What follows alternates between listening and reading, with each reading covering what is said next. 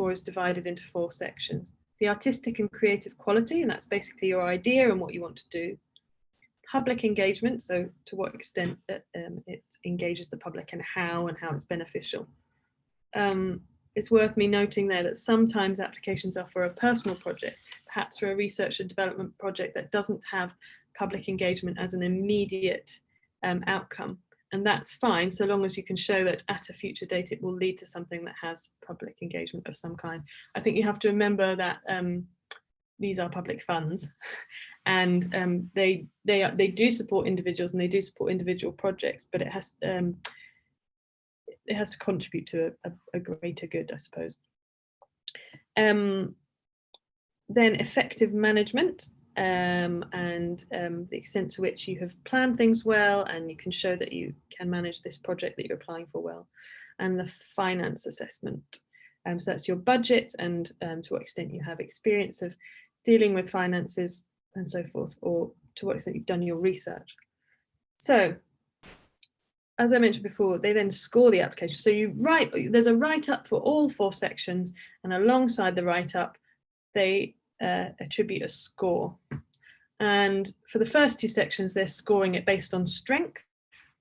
And for the second 2 sections, they're scoring it based on risk. And I'll show you the scoring in a minute. Those 4 scores are combined, and then you get an overall application score, which the panel see alongside the assessment summary. So the panel gets the write-up and they get the scores. They don't just get one or the other. Sorry, I keep doing that. Right, so hang on, there we go. This is the scoring system. So criteria A and B, remember this is based on strength. So you can score up to 4 in this section and as low as 0. And what's to say? I mean, it does what it says on the tin. Outstanding shows outstanding quality. Strong, it's okay. Sufficient, it meets the criterion but doesn't go above it. Limited, it shows some potential but it lacks sufficient evidence. I think that's really important. We're going to come back again and again to the importance of evidence in a funding application. And insufficient, lacks the evidence required, is unconvincing. So you can get up to 4 for each of those 2 sections. Then the second 2 criteria, this is where it's based on risk.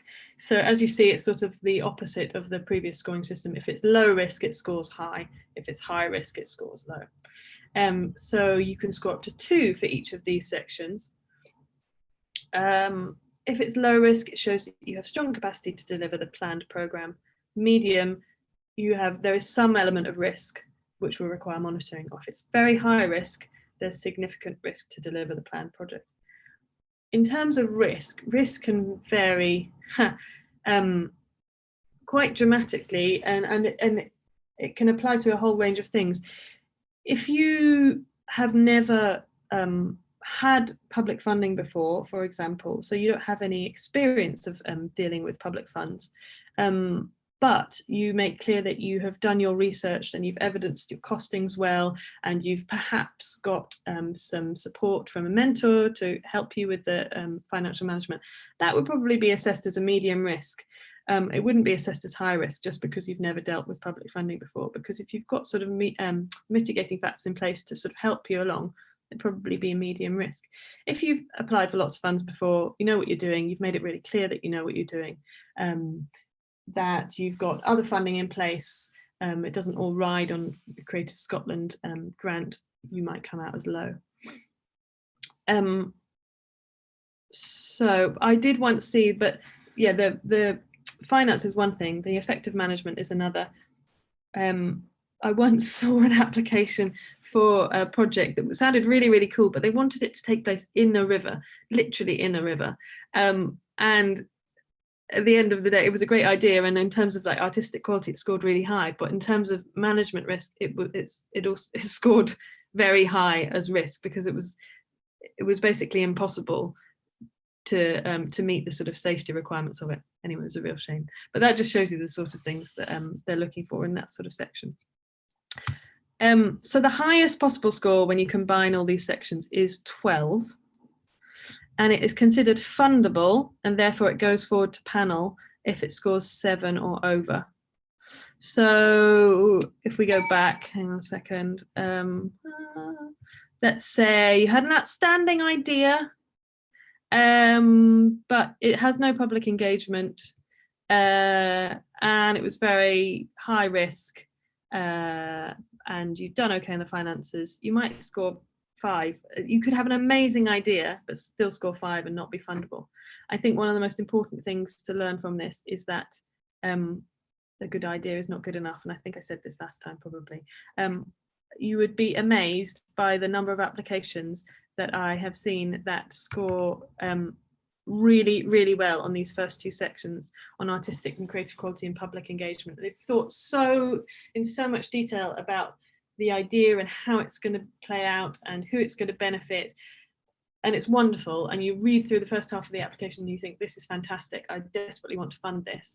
And then you come on to the second section and they haven't properly gone through their budget and they haven't evidenced proper planning, and it all falls apart there. And I've seen that happen a lot, and it's really, really dispiriting. So what I would say is, often you come to the application process with a really great idea. Just make sure that you give equal weight to the second half of your application and really give it the time it deserves. So, yes, any applications rated insufficient or limited in criteria A and B, that's the public engagement and the artistic quality, are not fundable regardless of what they score. So that's also something that's worth bearing in mind. We talked about this just a minute ago about the value of the award. That's made by the assessor before it goes forward to panel review, but the panel can override the assessor's recommendations. And that's what I was just saying about don't underestimate the second half of the application form. Good idea is not good enough. Right. Before I start looking in detail about what they're looking for, does anyone have any questions that they want to ask at this stage? No? Okay. So, what are they looking for in each section? I'm sorry, there's a lot for me talking at you today, but I hope it's useful. Okay. The things, excuse me, the things that I've written here are taken directly from the kind of guidance that's given to a Creative Scotland assessor, so straight from the horse's mouth, as it were. Does the project demonstrate excellence or experimentation? What is it about your projects that's unique or that's really exciting or that shows that you're working at the highest level? Those are the 2 kind of key criteria that they're looking for in terms of artistic and creative quality. What level of ambition or risk are you demonstrating? Risk, I think, can be a negative thing and a positive thing. In artistic terms, if it's managed well, I think risk can be a really good thing because it shows that you're pushing boundaries and that you're doing things that other people aren't doing, and you want to extend your creative practice and potentially the creative practice of the sector as a whole. So in that sense, risk is a good thing as long as it is balanced out. Showing ambition, I think, is really important. Again, as long as it's not ambition that reaches beyond your level. It has to be attainable, it has to be realistic, but it is good. They want to see that you want to extend your creative practice. What is your track record like? Do you have a track record that suggests that you will be able to achieve what you're setting out to achieve in this application? And what partnerships, what are the quality and range of partnerships involved? If you can apply for something just on your own terms in a project that you want to deliver solely as one person, you would have to have a pretty strong individual track record, I think, to do that. But the greater the range of partnerships and the stronger those partnerships are, the more it shows that other people are invested in your work, that they have trust and belief in your work, and the fact that other people have belief in your work encourages Creative Scotland to have belief in your work too. So I think that's really important, and I wouldn't underestimate that. That if you can evidence those partnerships and show that you've already had those conversations, that you've already, if you know, in the appendix you can put whatever you like basically, and if you can put in letters of support saying from maybe it's a venue or a promoter that wants to work with you, Or perhaps it's work in schools and you've got letters from those schools saying that they're really excited about this project and they want to work with you. All of that stuff is evidence that bolsters your case, basically. So don't forget about that. Also, be careful of mentioning a partner that you haven't spoken to before. It's quite, it's not uncommon to read an application where they say, oh, and I would like to work with Glasgow Life as part of my project. But saying you would like to and saying is quite different to having actually spoken to them and had the conversation and showed that they're interested. And an assessor will look for the evidence that you have already had some conversations. And then, of course, how will the project further your personal or the organisation's development? And that's really important. Oh, sorry. Yeah, they want to see that this project, that you're going to do something really meaningful with the money that they're giving to you. Okay, next section is about public engagement. So do you show an understanding of the need or demand for the project? I think that's really important, that just because you've had a good idea doesn't mean that it's needed and that public funding should be spent on it. So can you show that there's a gap in provision, that no one else is doing this, or that yeah, a need has been expressed by this particular sector that you want to work with? Is there demonstrable public benefit that will result from the project in the near, medium or longer term? And this comes back to if it's a personal project that's at the moment, it might be about you as an individual furthering your own creative practice. Perhaps you need to go, sometimes we used to get applications to go to a conference or to a showcase, but in the long term it was clear that that would lead on to you as an individual providing public benefit with what you do. That's fine, so long as you can demonstrate that. Are there clear and realistic plans to increase numbers and the range of audiences? So let's say you're representing an organisation and you want to put on a concert series. Does it do something to further your work and reach more people, or different people? Are there accessibility plans appropriate to the type of the project? So that means, for example, opening up to the hard of hearing, or providing, basically making sure that your project is inclusive as much as possible. Do you have access for people in wheelchairs? Is there a hearing loop in the venue where you want to perform? Anything that ensures that your project is inclusive rather than exclusive, and have you thought about it specifically in relation to the project that you want to deliver and evidenced it well? Once upon a time, people used to put in quite sort of light accessibility plans in this area, and more Creative Scotland are looking to make sure that you've really thought about it in detail. So I wouldn't overestimate that question. Underestimate it. Okay, use of digital technologies to extend the reach of your work. Again, this is another priority for Creative Scotland. They want to see that digital technology is being used as well as possible. Yours might be a live tour, for example, that you want some money towards, but are you supporting it by additional digital resources or putting things online, because that helps to expand your reach? Have you thought about the presentation of your work? For example, are you offering relaxed performances, or are you have you thought about a reduced ticket price for carers? Are there sign language interpreted performances, for example? So that comes back to the accessibility question.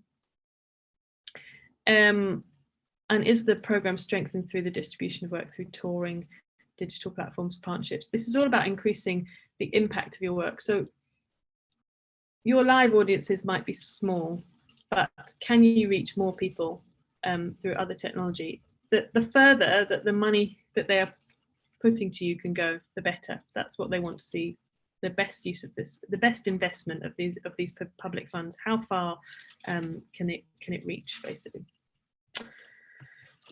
Okay, so that was about public engagement. Next, management.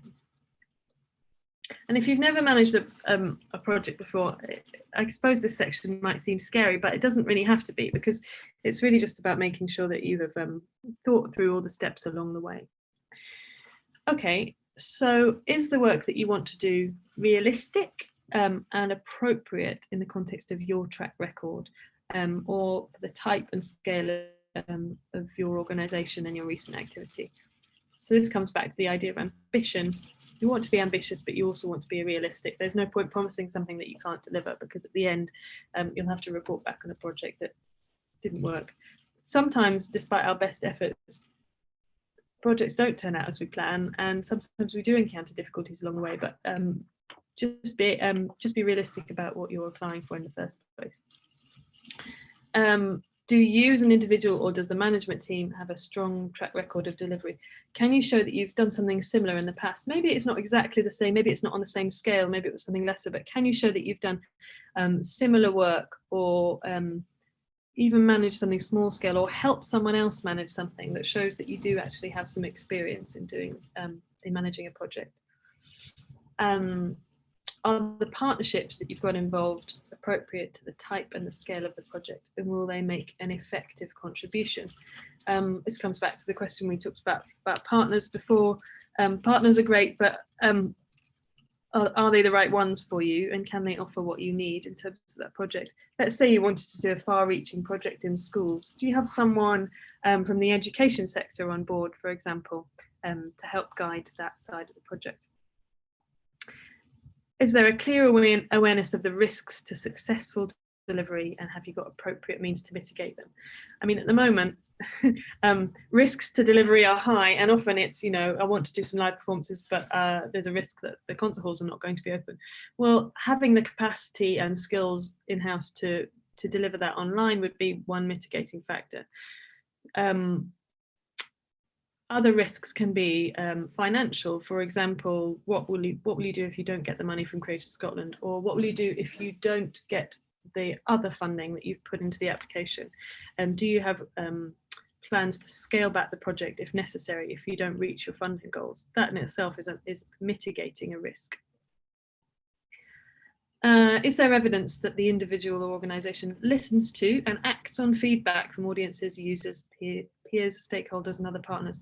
So if you've done another project in the past and you gathered feedback as part of an evaluation process, and you've learned from that evaluation process, mention that, because it shows that you take that on board and that you've used it to influence your activity, which is great. And have you got sufficient evaluation and self-assessment plans in place? So this is another area where I think a lot of applications can fall down.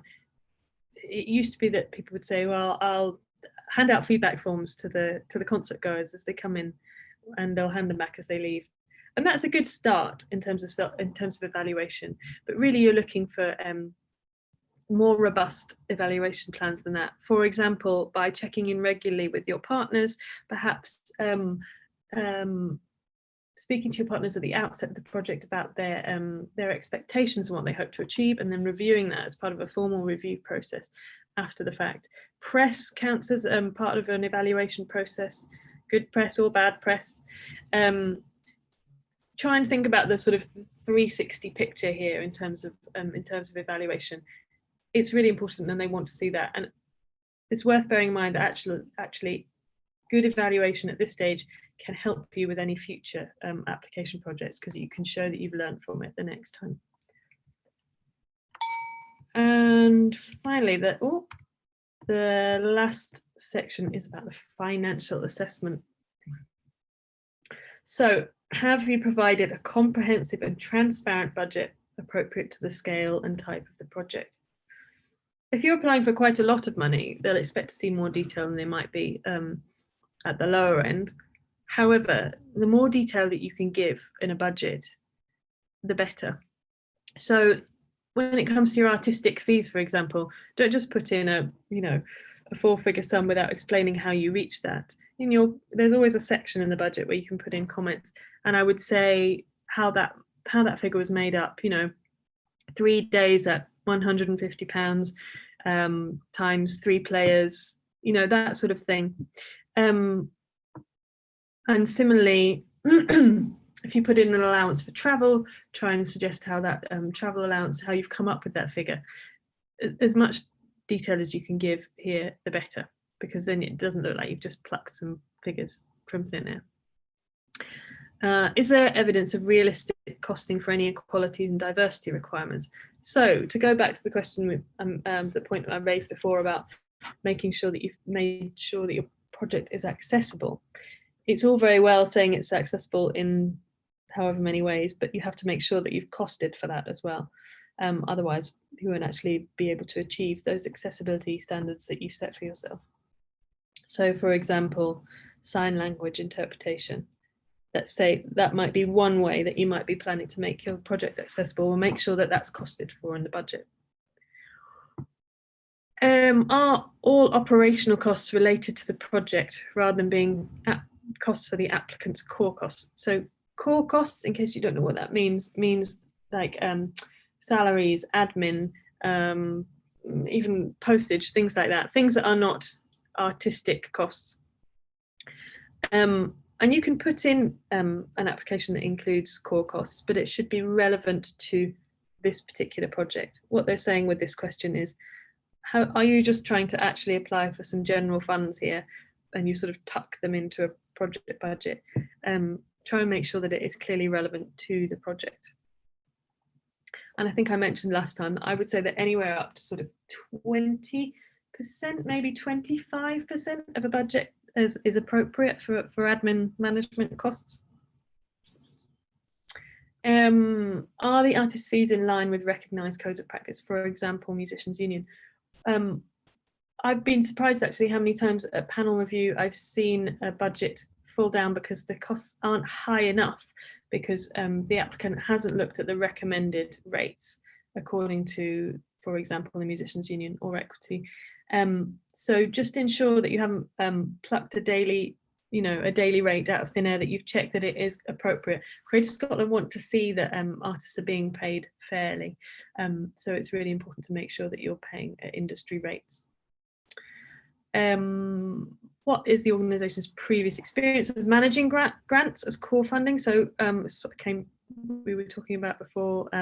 You might not have experience directly of managing a budget, but perhaps you've assisted someone before. Any evidence that you can show that you know what you're doing here, or that you have someone supporting you to make sure, to guide you through any kind of difficult bits is helpful. Do you have a track record of financial sustainability? Maybe that's not about like showing them your personal bank accounts. That's more about saying, did you apply for a project before and you went wildly over budget? It's just making sure that you know how to manage finances appropriately. Have you identified risks and appropriate steps to manage them? For example, if there's a risk that you don't get the other grant that you've applied for from another fund, that you've got a plan to scale it back accordingly. Do you have robust monitoring and reporting arrangements?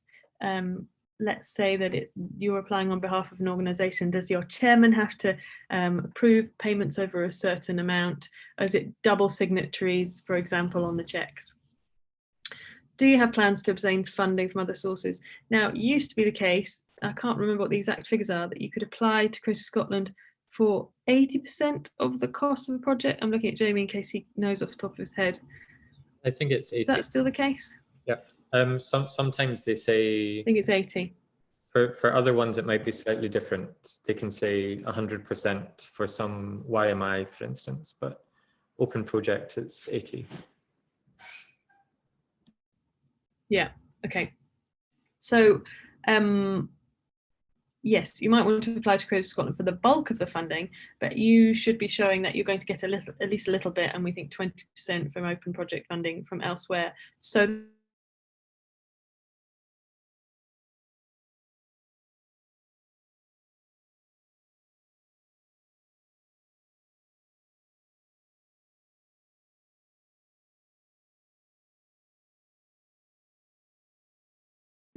to the RVW Trust, say that it's in and when you expect to get when you expect to hear.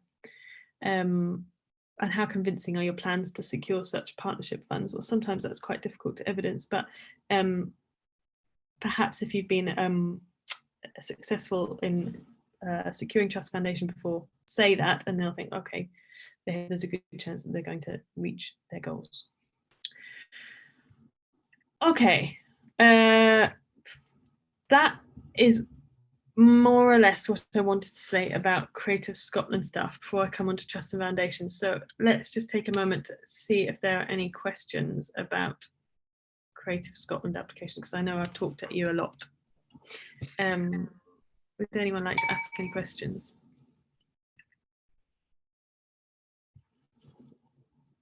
No, it's all clear. Wow, amazing.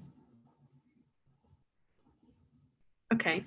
There's a question from Kina in the chat. I don't know if you can see it, but I'll read it. If not. This might be a dreaded question, but for EU nationals or people from outside Europe, I know a lot of visas don't allow you to apply for public funds, but do you know if it's okay if you apply as part of a group or organization where the organization applied for the grant, but as part of that, you would like to get paid through that? Or where does the line lie? Does it differ for different visas? Right, hang on, I can see the question now, so I'm just trying to pass it. No. I know a lot of visas don't allow you to apply for public funds. To my knowledge, well, I'm not post-Brexit, it's anyone's guess, but if the organisation had applied for the funds and the organisation were based in Scotland, or in the relevant Arts Council area, and they were paying you as an artist as part of that project, I don't think that would be an issue. Do you have any reason to think that would be an issue, Jamie? No, I mean, I think, yeah, I wouldn't see why that would be the case. So. I think, yeah, they might be concerned if you were paying lots of people who are not resident in Scotland. And that was the bulk of the funds. I think, maybe. Yeah, I think that's right. It would depend on if it was pretty clear that you had you really wanted to put in a personal application, but you are not resident in Scotland, or and you've got someone to apply on your behalf, and the bulk of the funds were going towards paying you as a non-resident, or indeed any other non-residents, I think that would raise some eyebrows. But if it was one person out of a team of people, I don't think that would be an issue at all. Actually, cross collaboration is something that's really encouraged by them, and also exchange, cultural exchange, is positively viewed. And yeah, so I think actually that shouldn't be an issue. But I don't know what's going to change post-Brexit. I can't see that would be an issue. Any other questions? I might just add that if you don't get accepted for funding, the initial email that they send you is just a very brief, you didn't receive the funding because we didn't think you could manage it. But then you have to kind of ask them if you want the full breakdown. And they might offer a phone call or something to go through it differently. But yeah, don't think that kind of 3-line email is the only feedback that you get, but you have to ask for it afterwards. I think that's a really good point, actually, Jamie. And actually, even if you decide that you're not going to reapply for that project at this time, maybe you've run out of time to reapply again, I would always encourage you to take that feedback and to have that phone call if you can, because there's a good chance that you'll get things that will feed into your next applications, your next project, and it's almost always helpful on a learning experience. And like I say, the assessment process is very thorough, so actually if you can get the full summary, you'll actually get some really detailed comments. I know it can feel demoralizing sometimes to ask people what was wrong with my work, but it is worth hearing it. You just have to kind of prepare yourself for it. And sometimes actually you'd be really surprised that they'll say, actually, this was a terrific application. On the day, there was really stiff competition. Would encourage you to apply again. I'm going to suggest we have a 5-minute comfort break and then come back and talk about trusts and foundations. Is that okay? Great. See you in 5 minutes. It is, hang on. We'll see you at 12:05.